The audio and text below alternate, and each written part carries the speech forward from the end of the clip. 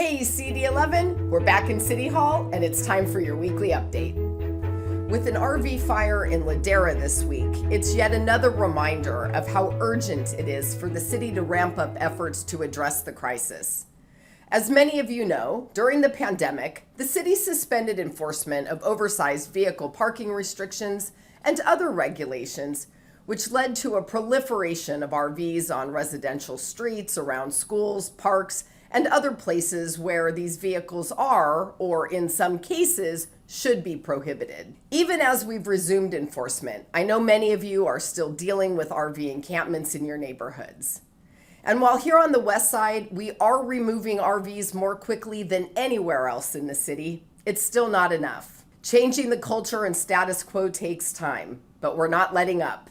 I'll keep you updated as we ramp up efforts to restore parking restrictions and enforcement.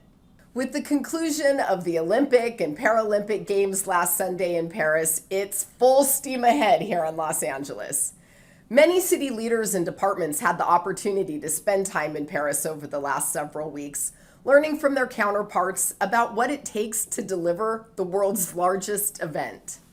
So this week, I introduced a motion asking for a comprehensive report back on the many meetings from our delegations to Paris. As we began our operational planning, capturing the lessons learned in Paris and bringing those best practices to LA will help us ensure that we are all ready to go in 2028. In January of 2022, Brianna Kupfer, a 24-year-old CD11 resident, was brutally and tragically murdered while she was working alone in a furniture store on La Brea. This week, her killer was found guilty of first-degree murder. Justice will never be served because our daughter's not alive. Lori Kupfer's reaction just moments after this. We, the jury, in the above entitled action, find the defendant, Sean Laval Smith, guilty of the crime of first-degree murder. I spent time in the courtroom during the trial, a heavy reminder of why I take public safety so seriously.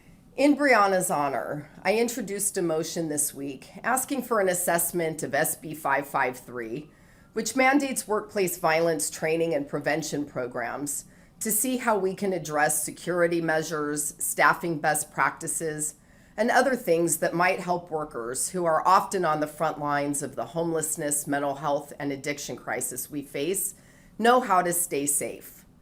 The motion is more symbolic than anything. It won't bring Brianna back. It won't ease the pain of her loved ones. What we owe Brianna and her family and all the victims of violent crime is to get dangerous, violent people off the streets for good.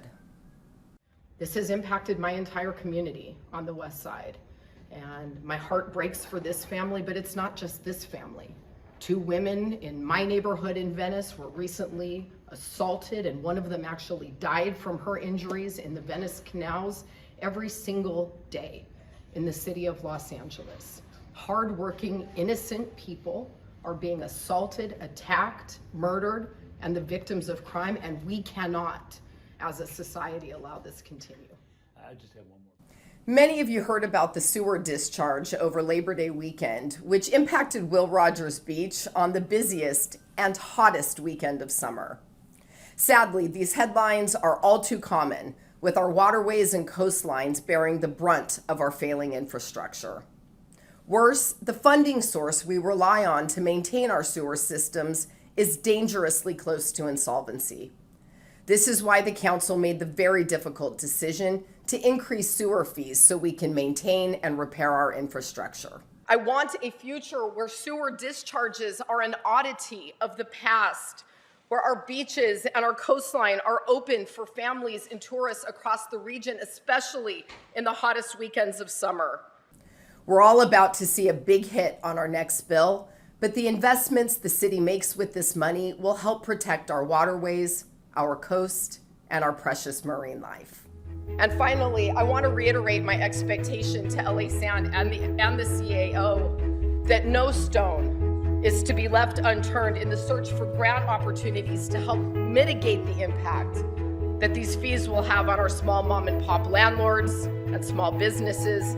And that's above and beyond the low-income subsidy that's already built into the framework. Thank you so much. Have a great weekend, CD11, and I'll be back next week with more updates.